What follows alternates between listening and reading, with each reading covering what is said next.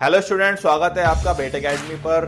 चलिए स्टार्ट करते हैं वीडियो स्टार्ट करने से पहले आप लाइक कर दो, चैनल को सब्सक्राइब कर दो, शेयर करना मत भूलना। Thank you students. इस वीडियो में हम करने वाले हैं exercise 2.1 class 2 chapter 2 inverse trigonometric functions. इससे पहले दो वीडियोस में मैंने आपको बताया है कॉन्सेप्ट, और वो कॉन्सेप्ट इम्पोर्टेंट है आपको चैप्टर समझने के लिए और आपको समझने के लिए कि ट्रिग्नोमेट्रिक फंक्शंस का इन्वर्स हम कैसे निकालते हैं, अलग अलग फंक्शंस के ग्राफ हम कैसे फाइंड आउट करते हैं। तो इस वीडियो में मैं आपको यही बताने वाला हूँ कि क्वेश्चंस कैसे सॉल्व करने हैं। तो चलिए स्टार्ट करते हैं। मैंने आपको प्रिंसिपल ब्रांच के बारे में बताया था अलग अलग फंक्शंस के लिए। तो यहाँ पर हमें प्रिंसिपल वैल्यूज़ निकालनी है। कैसे सोल्व करते हैं इस क्वेश्चन को, चलिए बताता हूँ आपको। यहाँ पर हमें क्वेश्चन दिया गया है साइन इनवर्स। हमारे पास क्वेश्चन है साइन इनवर्स, ब्रैकेट में है -1/2। अब हमें चेक करनी है 1/2 वैल्यू कौन से कितनी, मतलब साइन की क्या वैल्यू होती है जिसकी वैल्यू होती है 1/2। तो आप बता सकते हो 1/2 की वैल्यू होती है π/6। ठीक है, मतलब π/6 साइन 30 डिग्री होता है 1/2। तो ये आपके पास कितना हो जाएगा, -π/6 आप इसको बोल सकते हो। अब हम इस तरह के क्वेश्चन में कंसेप्ट क्या लगाते हैं, साइन इनवर्स इनटू साइन जब आप करते हो तो वो कैंसिल हो जाता है, लेकिन यहाँ पर माइनस साइन π/6 है। एक बात ध्यान रखना, साइन जो फंक्शन होता है वो आपका ओड फंक्शन होता है, मतलब साइन माइनस साइन थीटा के इक्वल होता है। ठीक है, तो आप इसको बोल सकते हो यहाँ पर इसको बोल सकते हो साइन इनवर्स, ये साइन -π/6 हो जाएगा।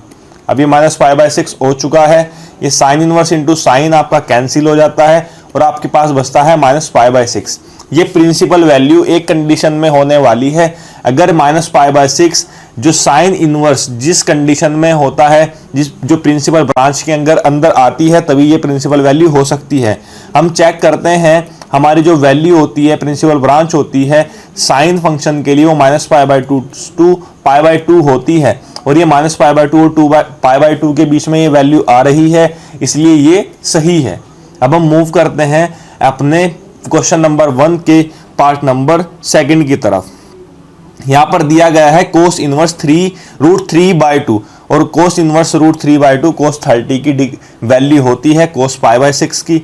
आप इसको लिख सकते हो cos inverse as it is, √3/2 होता है कोस π/6 की वैल्यू, और ये कोस इनवर्स और कोस कैंसिल, यहाँ पर आपके पास बचता है π/6। और कोस के लिए प्रिंसिपल जो ब्रांच होती है 0 से π तक होती है, और 0 से π के बीच में π/6 आता है, इसलिए ये आंसर सही है। ये प्रिंसिपल वैल्यू होने वाली है इसकी।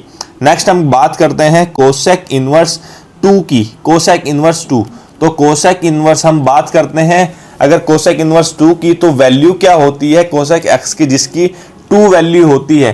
तो आपको पता है साइन π/6 की वैल्यू साइन 30 की वैल्यू 1/2 होती है, तो कोसेक π/6 की वैल्यू 2 होने वाली है।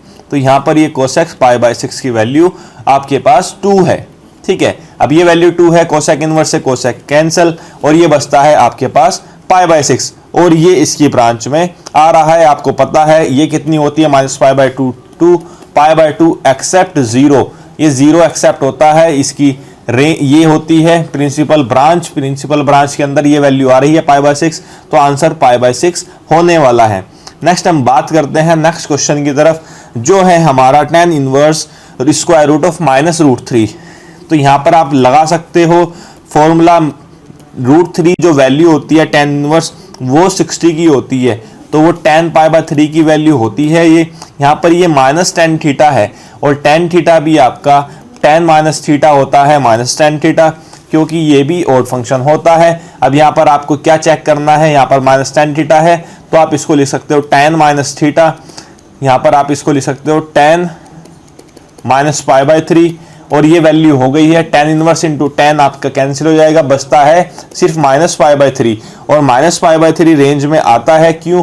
क्योंकि इसकी जो रेंज होती है -π/2 टू π/2 होती है tan के लिए, तो यहाँ पर ये होने वाला है, ये रेंज में आ रहा है, इसीलिए ये प्रिंसिपल वैल्यू है।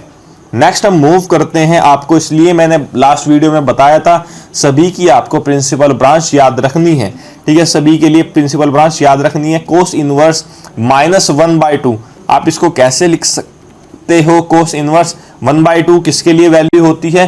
कोस 60 के लिए, तो ये हो जाएगा माइनस कोस π/3। अब यहाँ पर जो कोस फंक्शन होता है वो इवन फंक्शन होता है, ठीक है।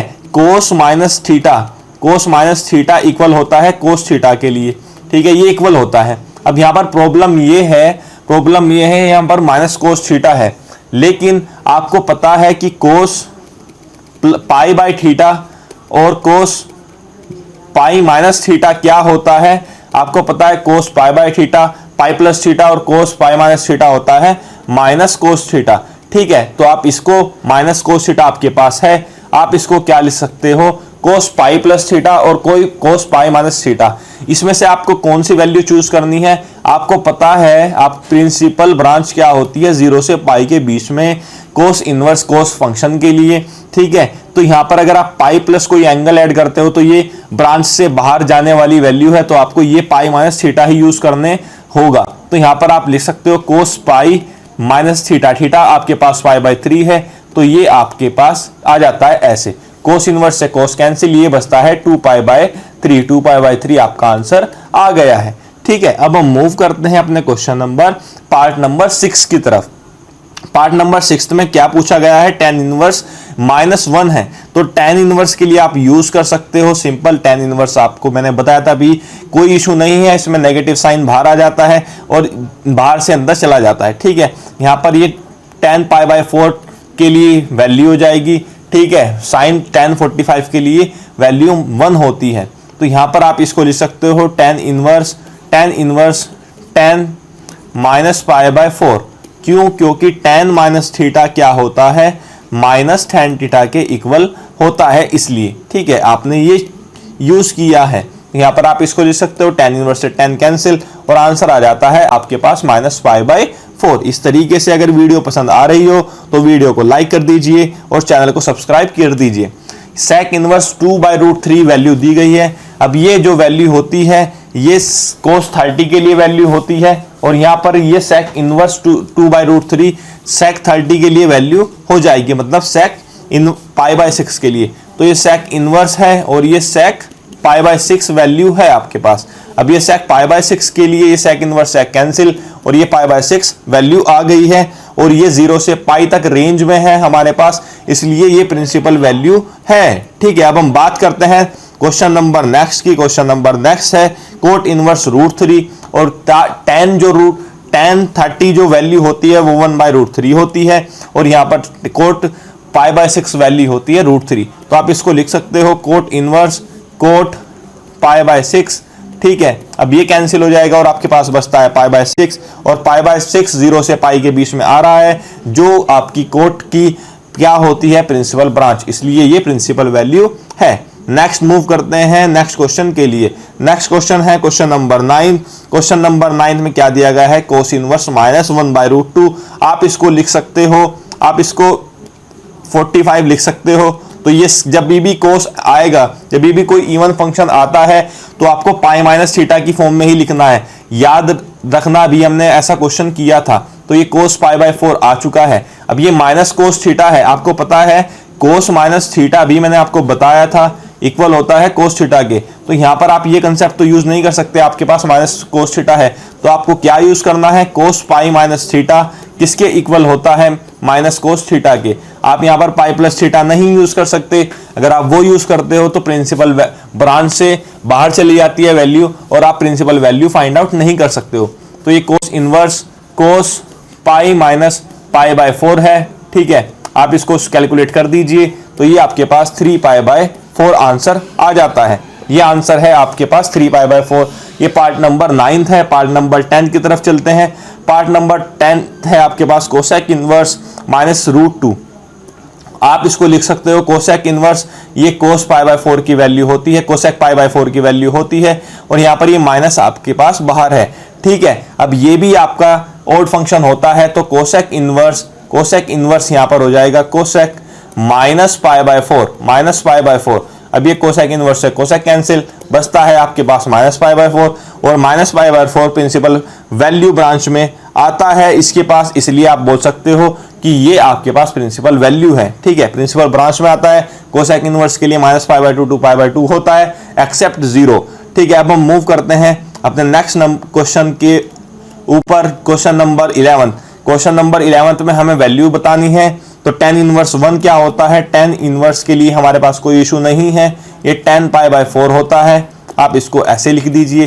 कोस इनवर्स -1/2 है, अगेन माइनस वैल्यू है हमारी कोस में, तो हमें क्या लिखना है? पाई माइनस थीटा की फॉर्म में इसको, तो हम इसको लिख सकते हैं कोस पाई माइनस कितना है ये 1/2, 1/2 कितना होता है? π/3 होता है। आप इसको लिख सकते हो कोस पाई माइनस π/3। ठीक है, अभी हमने कैलकुलेट किया था। और साइन इनवर्स -1/2 है, तो आप इसको लिख सकते हो साइन इनवर्स, साइन ये नेगेटिव वैल्यू है यहाँ पर, और आप इसको क्या लिख सकते हो? π/6। ठीक है, अब यहाँ पर आप इसको कैंसिल कर दीजिए, π/4 आ जाएगा और यहाँ पर 2π/3 और यहाँ पर आपके पास वैल्यू आने वाली है साइन इनवर्स साइन -π/6 और ये -π/6 बाहर, ये आ जाता है π/4 प्लस 2π/3 -π/6 और आप इसको कैलकुलेट करना, और ये कैलकुलेट करने के बाद आपकी वैल्यू आ जाती है यहाँ पर 3π प्लस 2π 5π -π। ठीक है, यहाँ पर ये आ जाती है। आप इसको एलसीएम लेते हो 12, तो 12 एलसीएम लेने के बाद 3π प्लस 8π माइनस 2π। ठीक है, ये 11 इंटू 9π समथिंग लाइक दैट आ रहा है आपके पास 9π अपॉन 12। आप इसको कैंसिल कर दीजिए, 3π/4 आपके पास आंसर आता है। नेक्स्ट हम मूव करते हैं नेक्स्ट क्वेश्चन नंबर 12 की तरह। तो क्वेश्चन नंबर 12 में हमें वैल्यू निकालनी है, वैल्यू फाइंड आउट करनी है। तो आप कोस इनवर्स कोस इसको π/3, ये कोस 60 की वैल्यू होती है 1/2। ठीक है, यहाँ पर आप इसको कोस π/6 लिख दीजिए। ऐसे ही 2 साइन इनवर्स है और ये कोस ये साइन 30 की वैल्यू होती है, मतलब साइन ये π/3 है, ये साइन π/6, ये साइन 30 की वैल्यू होती है। तो यहाँ पर आपके पास वैल्यू आ गई है π/3 और ये 2 इंटू π/6, ये 2 से 3 कैंसिल, आपके पास जो वैल्यू आ जाती है π/3 प्लस π/3 2π/3 आंसर आ जाता है। नेक्स्ट क्वेश्चन की तरफ मूव करते हैं जो कि हमारा है क्वेश्चन नंबर 13।